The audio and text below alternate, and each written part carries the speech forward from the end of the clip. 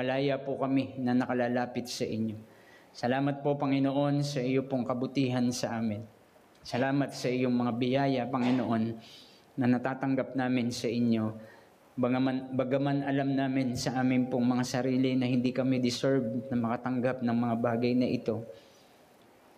Pero sa iyong kabutihan, sa iyong grasya, sa iyong pag-ibig sa amin, Panginoon, ay nararanasan namin, Panginoon, ang makatanggap ng hindi namin dapat natatanggap. Kaya, Panginoon, sa oras pong ito, dalangin ko po sa iyo na iayos mo po ang aming mga puso, lalo na sa pakikinig ng iyong mga salita. Ikaw po, Panginoon, ang magbigay sa amin ng kaliwanagan nito sa pamamagitan ng iyong banal na Espiritu. Tulungan mo po ang iyong abang lingkod sa kanyang pagpapahayag. Ikaw, Panginoon, ang maitaas, ikaw ang mabigyan ng kaluwalhatian, Panginoon, sa amin pong pakikinig ng iyong mga salita. At dinadalangin ko, Panginoon, na patuloy ng handa mo ang aming mga puso sa pagtanggap ng iyong mga banal na salita. Itama mo kami sa aming mga pagkakamali. At ituwid kami, Panginoon, sa aming mga baluktot na pag-uugali.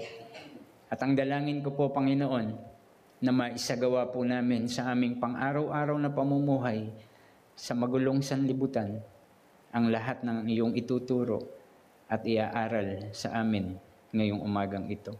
Umaasa lamang kami, Panginoon, sa iyong dunong, sa iyong wisdom, at hindi sa ano paman, kundi tanging sa iyo lamang kami ay nananangan. Kaya, Panginoon, sa oras pong ito, ang dalangin ko po sa iyo na ikaw ang kumilos sa puso't isip ng bawat isa sa amin.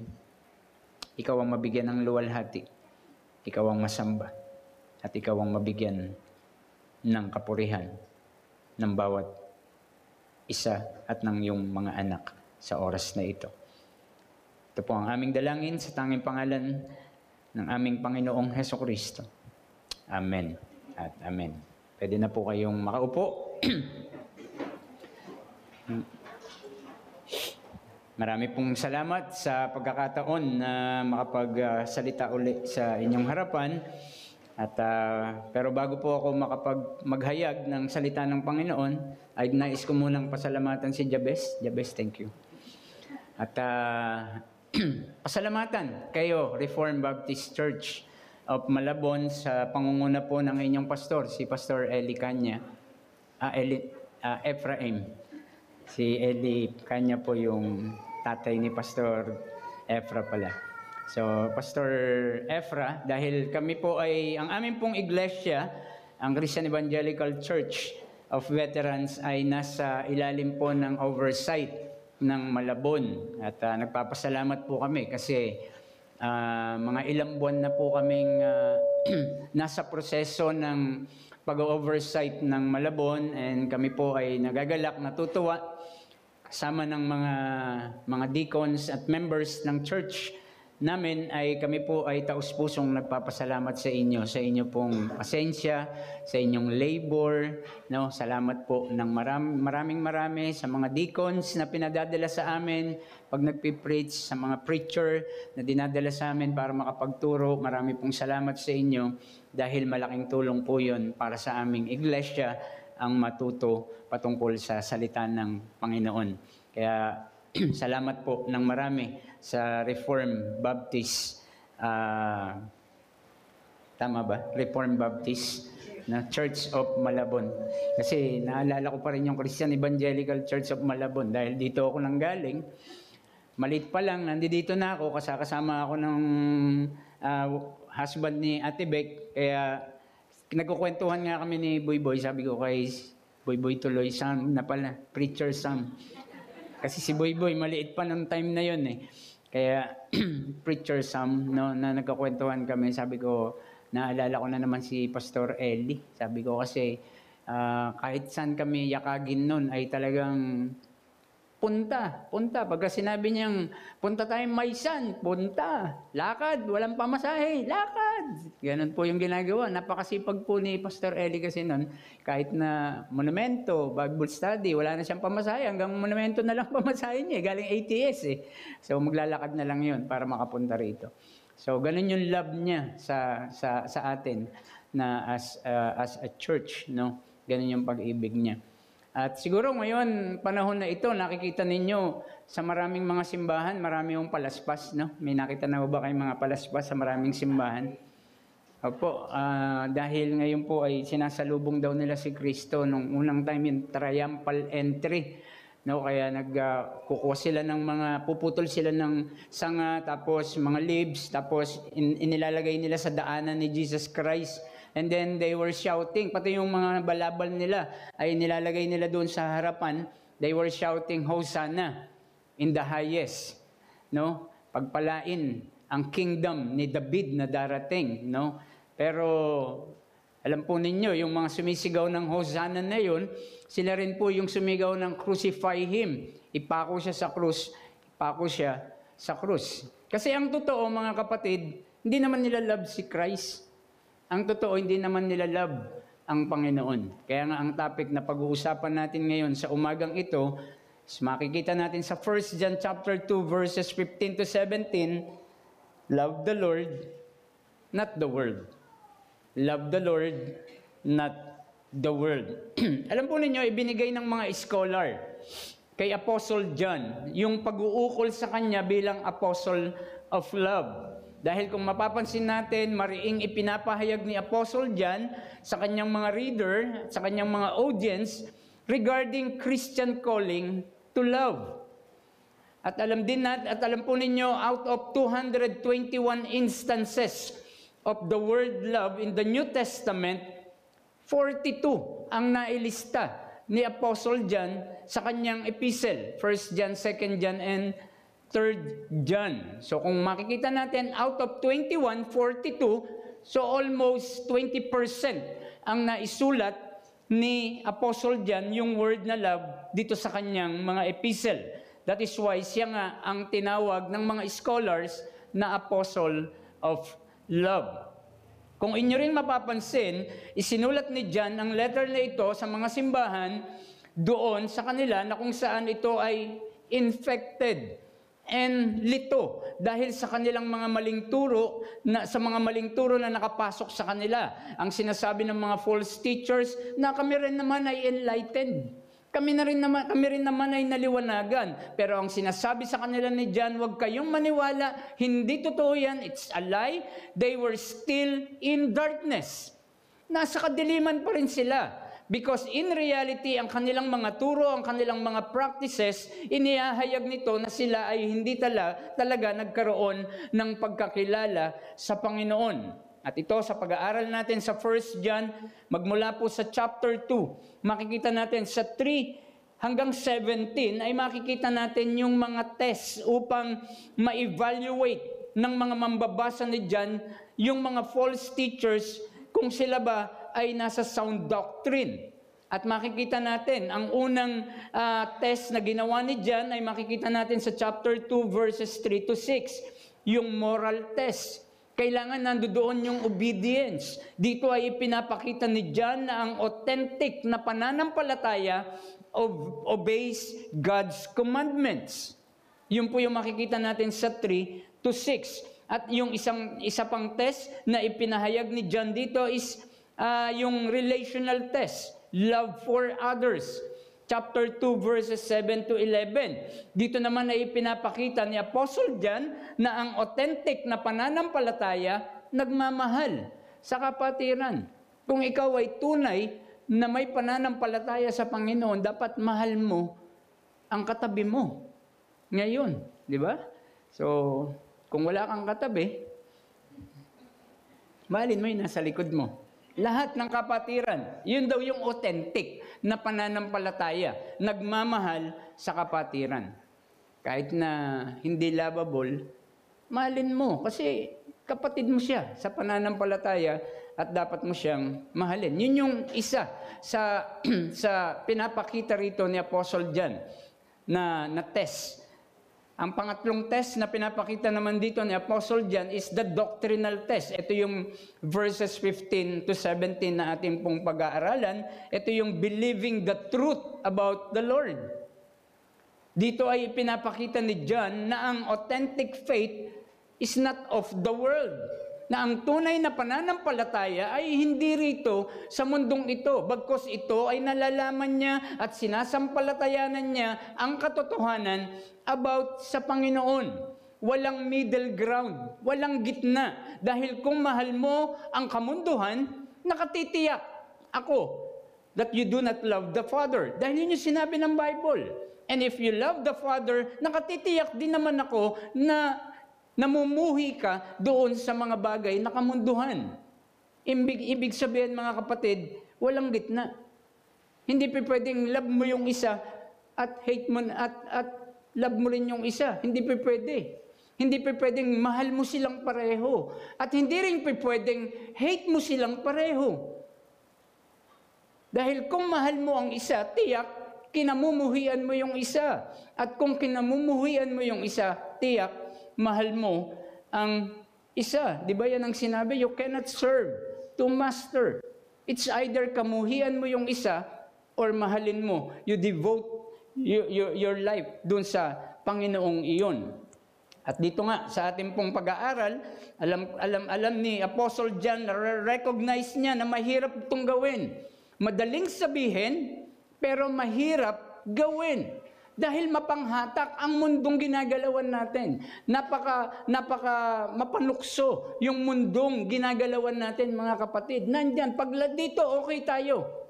Puro kapatid ang nakikita natin. Paglabas ninyo, mamaya, sa Lunes, ng inyong pagtatrabaho, pag-iiskwela, mga makamundo ang mga makakasalamuhan natin. Pero yung uri ng pamumuhay natin, ano ba ang nakikita sa atin? That's why si Apostle John, binilinan tayo, do not love the world. And ano yung dalawang bilin sa atin ni John? Bakit sinasabi niya sa atin, kinukumand niya sa atin, do not love the world? Merong dalawang reasons why we should not love the world. Number one, sa verse 16, ang sabi, the world is opposed to the Father. Because the world is opposed to the Father. And verse 17, because the world is passing away. So, hindi natin dapat mahalin ang mundo kasi ang mundo ay laban sa Diyos. At pangalawa, ang mundo ay hindi rin naman magtatagal. Ito ay mawawala, is passing away. Kaya ang sabi niya, do not love the world. Yun yung sinabi niya sa verse 15. And sa oras na ito ay nais ko munang i-define sa inyo yung term na world o yung worldliness. Sa Greek, ang ibig sabihin nito is cosmos, yung word, cosmos. It may refer to the physical world, and physical world is God's creation of the earth and everything in it, or the people of the world. So in that sense, walang masama ang mga bagay dito sa mundo. Hindi masama ang mga bagay na meron dito sa mundo kasi dapat din naman nating nai-enjoy yung God's creation. Kaya nga pag nagpupunta tayo ng mga lugar, pag may nakita tayong napakagandang mga bagay, na-appreciate natin, nai-enjoy natin yung creation ng Panginoon. At pag meron kayong mga magagarang mga bagay, binigyan din tayo ng pleasure ng Panginoon para ma-enjoy natin yung magagandang bagay na yan. Diba? Binigyan kayo ng magandang asawa. Enjoy nyo yan. Asawa nyo yan eh. Diba? Binigyan kayo ng gwapong asawa. Enjoy nyo yan. Diba? Dahil yan po ay ipinagkaloob sa atin ng Panginoon. So, makikita natin, dapat ini-enjoy, and even yung mga unbelievers na friend natin, minamahal din dapat natin sila dahil kailangan din naman nila ng tagapagligtas at kailangan nilang makakilala sa Panginoon. So dito po mga kapatid ay mapapansin din natin na yung word na ginamit ni John ay hindi lamang patungkol sa cosmos or physical world, kundi yung word dito ay ginamit din ni John, it refers doon sa evil. And ito yung organized system under Satan. Ito yung entire system of rebellion against God and His rule. Ganito yung takbo ng isip. Ganito yung galaw ng mga taong hindi nagpapasakop sa sovereign authority ni God. Mga taong hindi nagbibigay luwalhati sa Diyos. That is why in this sense, we must not love the world. Nang sabihin ni John that we are not to love the things of the world, hindi niya ibig sabihin na mapuot ka dahil may bahay kang magara. Hindi niya sinabi yun. Hindi niya sinabing mapuot ka dahil meron kang sasakyan. Hindi niya sinabing mapuot ka dahil meron kang maraming pera. Hindi niya po yun sinabi. Ang sinasabi niya, do not love the world.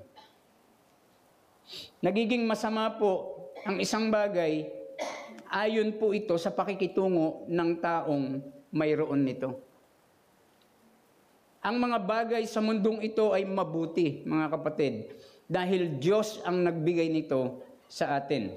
Nagiging masama ito sa paraan ng pagtrato ng mga tao sa mga bagay na ibinigay ng Panginoon. Na kapag minahal natin ang mga bagay na ito, lalo't higit sa Diyos, doon na tayo nagkakaroon ng pagkakasala. Alam nating lahat that we should not love the world. Alam ko, sa puso ninyo, alam ninyo na hindi ko dapat ibigin ang mga bagay ng kamunduhan.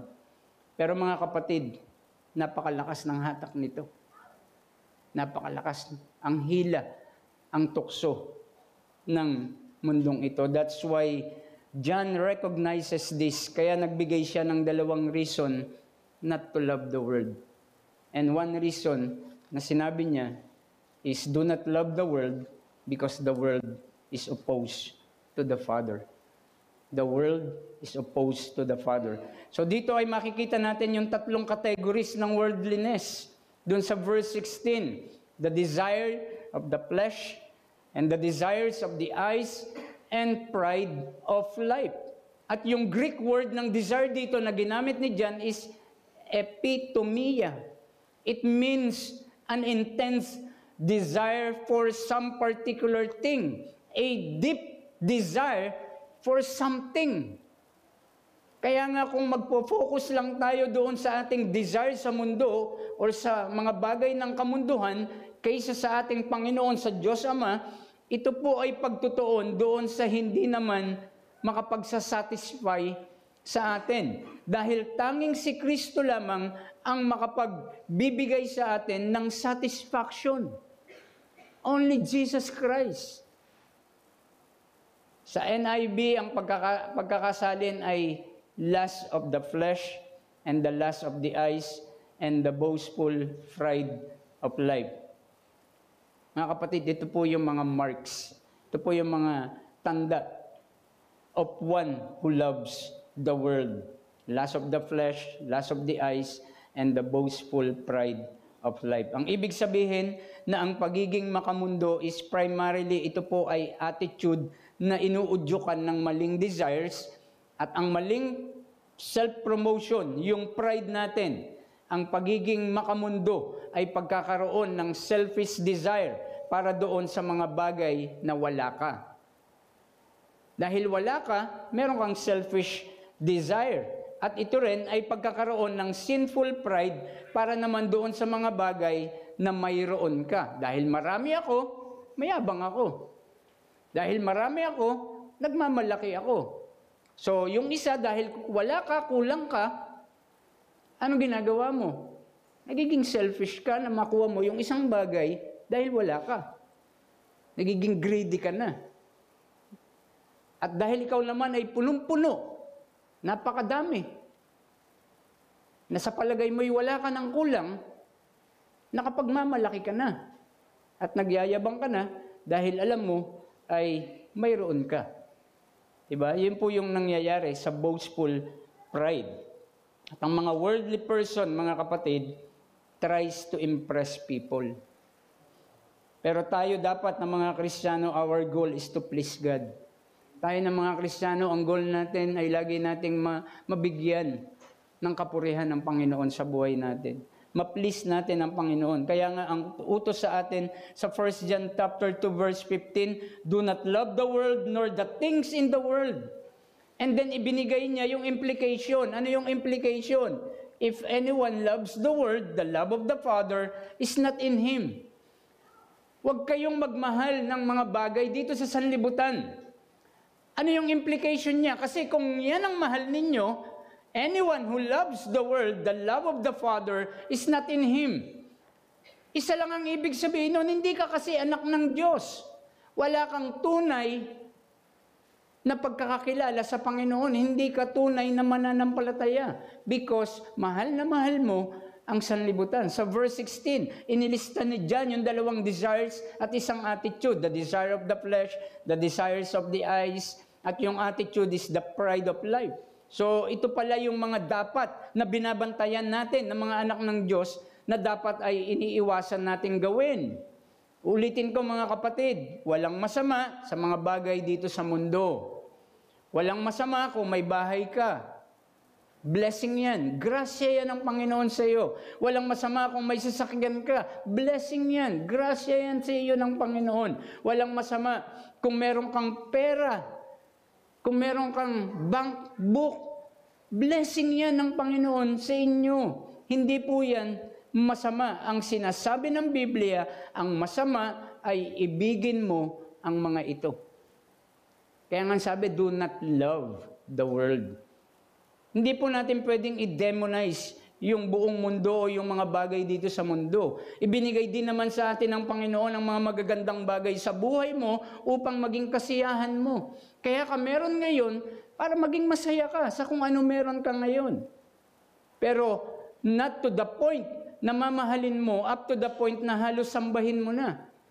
Iyan yung mali na sinasabi dito ni John. Halimbawa na lang yung pera. Masama po ba yung pera? Hindi po. Kailangan po natin ng pera. Hindi ka nga makakabili ng kangkong kung wala kang 10. Kailangan may 10 ka para makakahingi ka ba sa kapitbahay. Hindi ka makakahingi. Wala naman silang tanim eh. So hindi ka pwedeng humingi. Kailangan mong bumili. Kailangan mong may pera para ikaw ay makabili. So hindi masama ang pera. Ang sinasabi ni Timothy sa 1 Timothy chapter 6 verse 10, for the love of money is the root of all kinds of evil. For the love of money is the root of all kinds of evil. Hindi ho sinabing money is the root of all kinds of evil, but for the love of money. Pag binahal mo na siya, pag higit na yung pagmamahal mo sa Kanya kaysa sa Diyos, kapag ka na ipagpapalit mo na ang Panginoon sa Kanya kaysa sa Diyos, nagkakasala na tayo. Dahil minamahal na natin ng sobra yung mga bagay lang na ibinigay sa atin ng Panginoon. Huwag tayong magkakamali mga kapatid na i-equate natin yung mga material na bagay dito sa mundo na masama. Huwag nating i-demonize ito. Ibinigay ito ng Lord sa atin para sa ating kasiyahan. Maraming mga tao, they withdraw themselves from the world.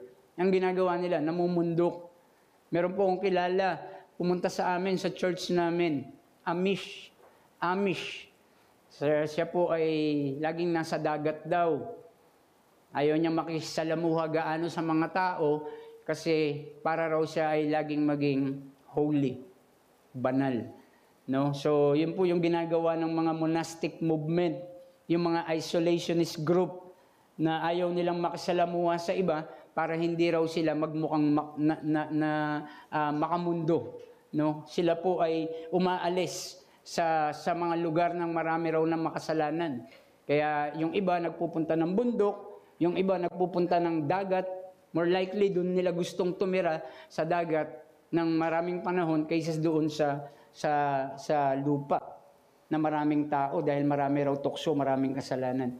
At yung kilala kong ito na taong ito, iniwan niya ang kanyang buong pamilya. Pinakita niya sa akin sa video eh. Sabi ko sa kanya, wala ka na bang pamilya? Meron. Siya, baba ng balbas niya. Kasi lagi nga siya nasa dagat eh. Pinakita niya sa akin, ito yung video ng mga anak ko at ng asawa ko, naglalaro yung mga anak niya. Pero hindi niya kasama. Kasi ayaw niya raw makasalamuha dahil ayaw niyang mabahiran ng dumi or ng dusing. So, hindi ganito yung sinasabi sa atin ni Apostol John.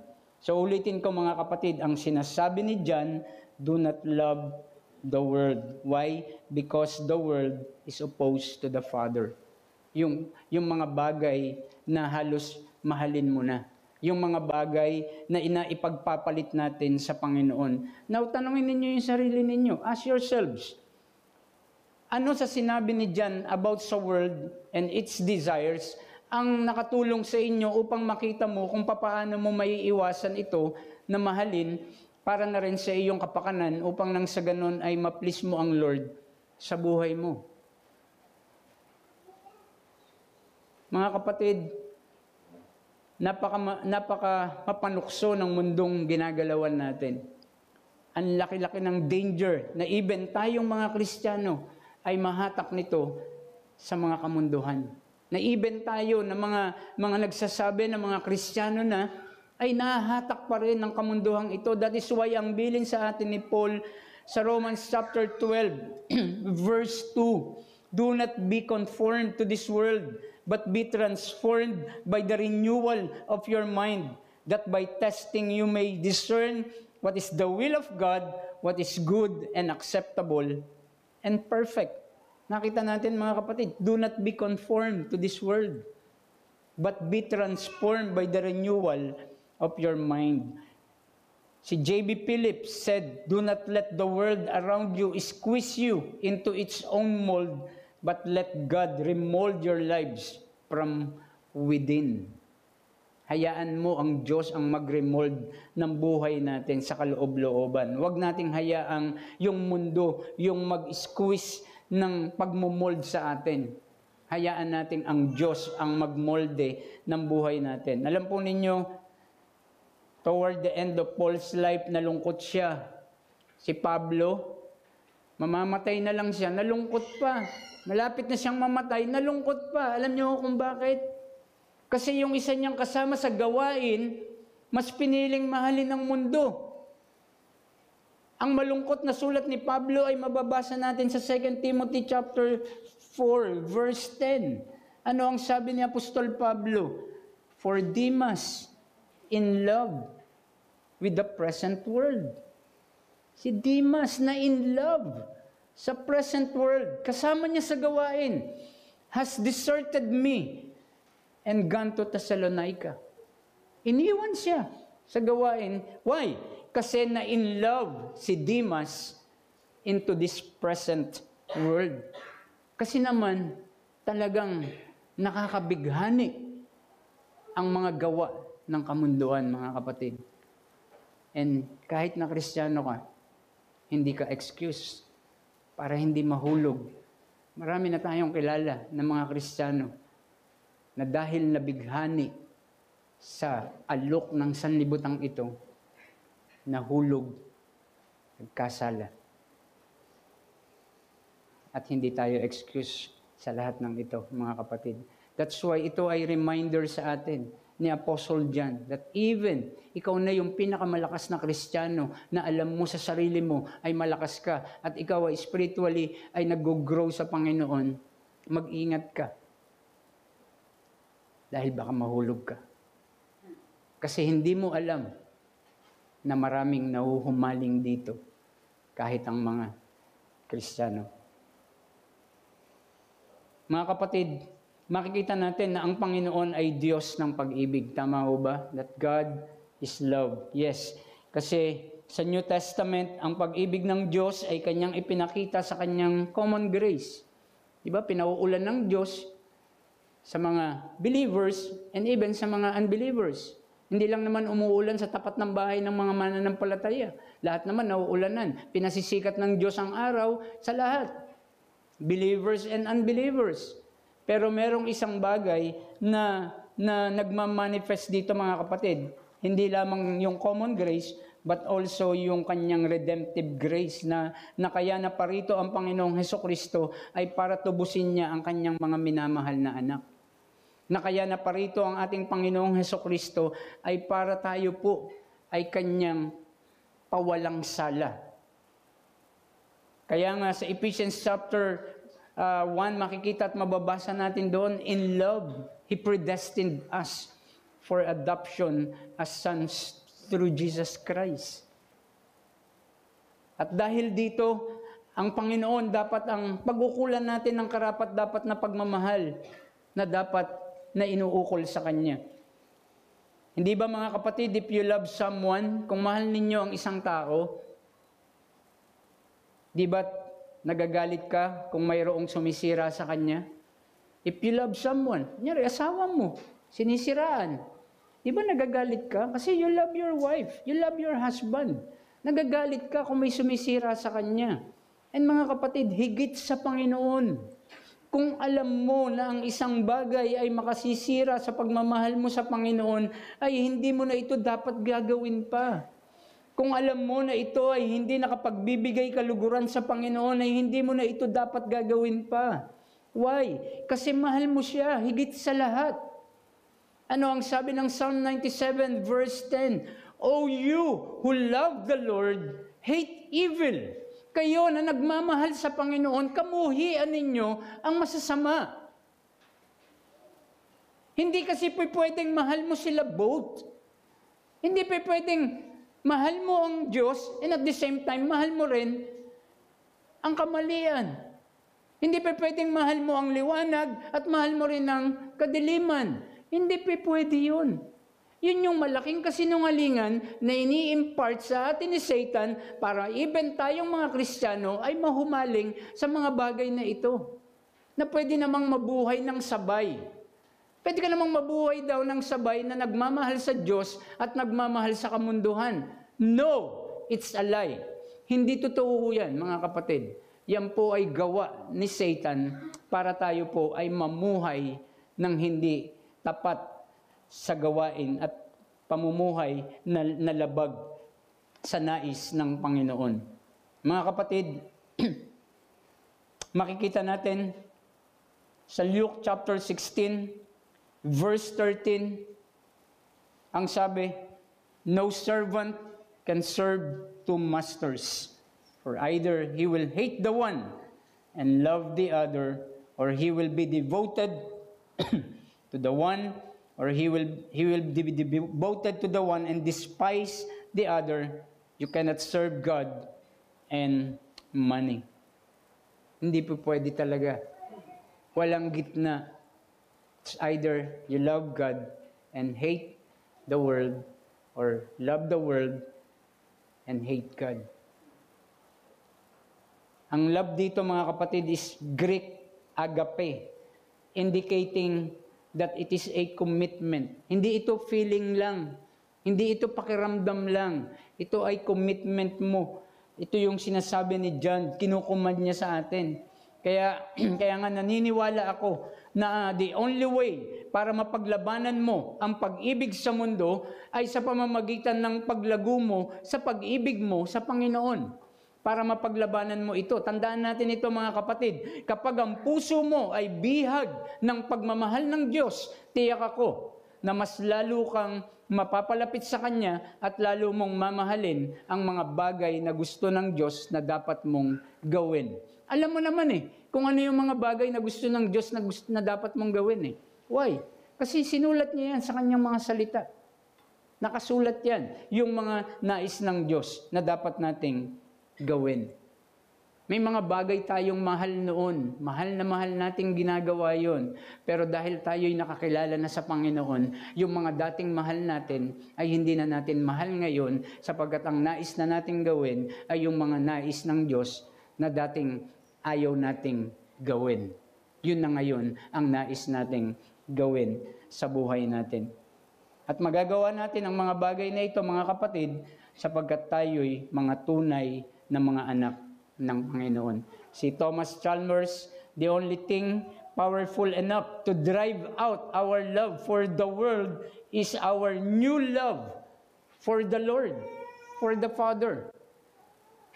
Yun po yung sinabi niya. Only thing powerful enough to drive out our love for the world is our new love for the Father, for the Lord. Ang sabi ng Mark chapter 12 verse 30, and you shall love the Lord your God with all your heart and with all your soul and with all your mind and with all your strength. So mga kapatid, mahalin ang Diyos higit sa lahat. Tanong sa atin, nagagawa mo ba ito sa buhay mo? Tanungin mo sarili mo. Baka mamaya na ipagpapalit mo ang Diyos sa ibang bagay. Maraming mga Kristiyano, araw ng linggo, pinagpapalit sa outing. Maraming mga Kristiyano, araw ng linggo, pinagpapalit sa ibang mga bagay. Minsan pa ang nakalulungkot, walang kapararakang mga bagay. Nakakahiya yun sa Diyos. Nakakahiya yun sa Panginoon. Tandaan natin, ang linggong ito, ang dapat natin i-offer sa Panginoon at hindi ito ginagamit para sa ibang mga bagay. And then second reason why we should not love the world, because the world is passing away. Verse 17. Mga kapatid, tandaan po natin ito, ang mga bagay dito sa mundo ay hindi permanente. Maglalaho po ang lahat ng ito. Darating ang panahon, mawawala po ang lahat ng ito. Sabi nga ni John, whoever does the will of the Father abides forever. Pero yung mundong ito is passing away. Kaya nga dapat tayong mga Kristiyano, hindi tayo dapat masyadong attached sa mga bagay ng mundong ito, sa mundong ito. Dahil hindi naman ito permanente. Lilipas ang lahat ng ito. Huwag ninyong sobrang mahalin yung mga pinggan ninyong mga porselana. Gamitin na lang ninyo. Huwag niyong i-display lang dyan. Huwag niyong mahalin yung mga bagay dito sa mundong ito. Huwag tayo maging attached dyan. Dahil pag namatay ka, hindi mo rin naman dadalhin yan. Huwag kang masyadong mapagmahal sa napakalaking mga lupain. Di ba? Wag mo. Although kung meron ka din mabuti, pero wag mong mahalin. Kasi ang kailangan mo na lang naman na lupa, pagka ikay namatay, 2x4 lang. Pwede na yun sa iyo.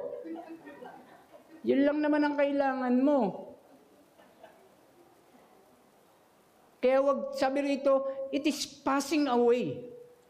It does not last. Pero ano ang maganda na sinabi dito sa verse 17, but whoever does the will of the Father abides forever. Yung gumaganap ng kalooban ng Diyos Ama ay mananatili magpakailan paman. Ay, by works. By works to. Sabi nila, kasi gawin mo ito, tapos mananatili ka raw magpakailanman. Hindi po mga kapatid. What does it mean to do the will of God? In the context of this passage, it means obeying God's command na ipinakita ko sa inyo. And yung command niya na mababasa natin sa kanyang revealed word, makikita natin yung law niya, yung batas niya. Ano yung batas niya? Binasa natin, loving God and loving one another. Yan ang batas sa atin ng Panginoon na dapat nating gawin. So, hindi po itinuturo dito ni John ang salvation by works. Dahil ang totoo, yun lamang na born again, yun lamang na saved by grace alone, ang may kakayanang mag-obey at gumawa ng kalooban ng Diyos. Dahil sila lang yung may kakayanang gumawa noon. Yung unbelievers, hindi nila kayang gawin yun.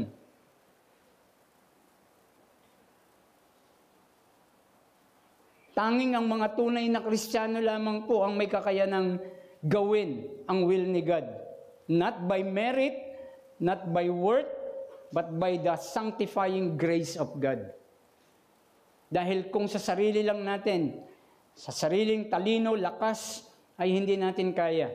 Kailangan natin ang tulong at gabay ng banal na Espiritu na magbibigay liwanag sa atin. Mga kapatid, ulitin ko, mapanukso ang mundong ito na ginagalawan natin.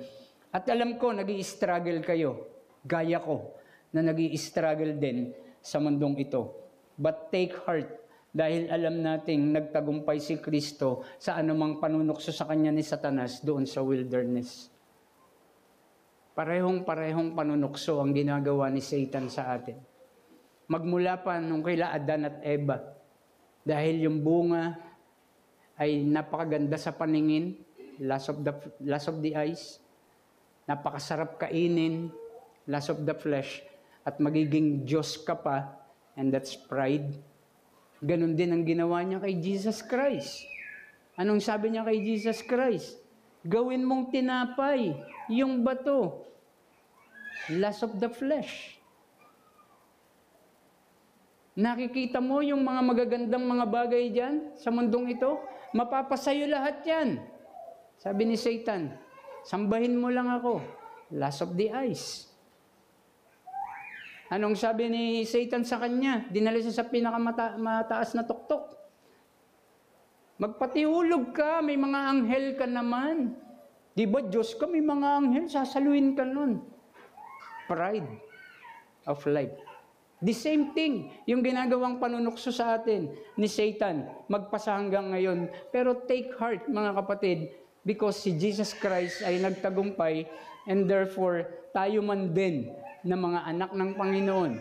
Because we are in Christ, tayo rin ay mga overcomers.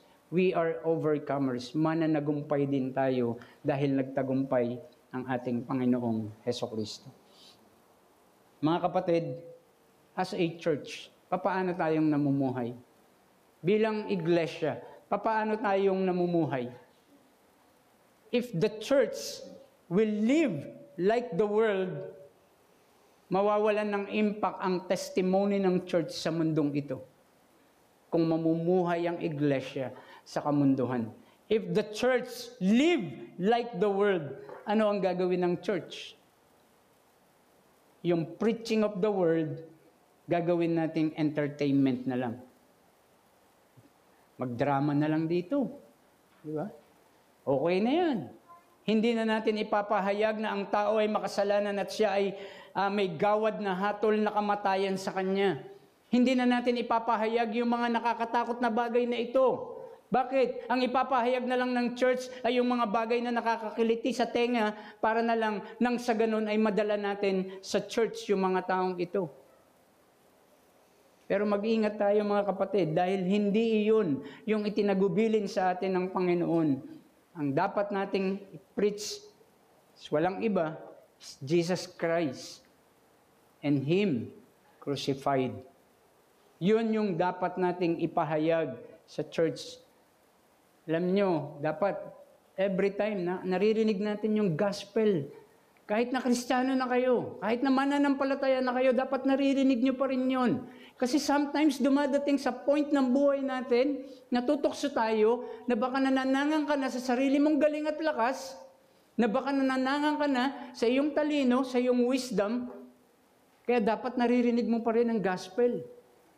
Ang gospel ay hindi lamang para sa mga ligaw, upang nang sa ganon sila ay maligtas. Ang gospel ay para rin sa mga ligtas, upang nang sa ganon hindi sila maligaw. Kaya napaka-importante nito sa ating iglesia. And as we conclude, dito po ay meron pong bagay na mga question to ask yourself. Evaluate whether you love the world or the Father. And it was adapted from A.W. Pink. Sabi niya rito sa number 1, which do you seek with more fervor? Ano yung mas kinagugustuhan ninyong gawin? The wealth and honors of the world or the riches of grace and the approval of God? Kayo po makakasagot niyan. Which do you seek with more fervor? And then number 2, which have the greater attraction? Para sa inyo, ano yung may greater attraction sa buhay ninyo? The pleasures of the world, which are only for a season, or those pleasures at God's right hand, which are for eternity? And number 3, wherein lies your confidence? Wherein lies your confidence? Saan mo ibinibigay ang iyong confidence? Sabi rito, in the money you have, in your bank account or investments, or in the living and faithful God who has promised to supply all your needs. And next, which causes the deeper sorrow? Which causes the deeper sorrow? A temporal loss or a break in your fellowship with God? And next, na question, upon which do you get more joy? Upon which do you get more joy? Spending money for personal comforts and luxuries, or spending money to further the gospel? And lastly, what most dominates your mind? Ano yung palaging nagdodominante sa inyong mga kaisipan? Thoughts and schemes after worldly advancements, or resolutions and efforts to grow in grace and in the knowledge of our Lord Jesus Christ? Kayo po makakasagot niyan, mga kapatid. Ang panalangin ko sa biyaya ng Panginoon, bagaman mapaghatak, mapanukso ang mundong ito, sa biyaya ng Panginoon, makakayanan natin ito dahil tayo po ay nagmamahal sa Panginoon. Let us love the Lord, not the world. Let us pray. Lord, marami pong salamat sa iyong mga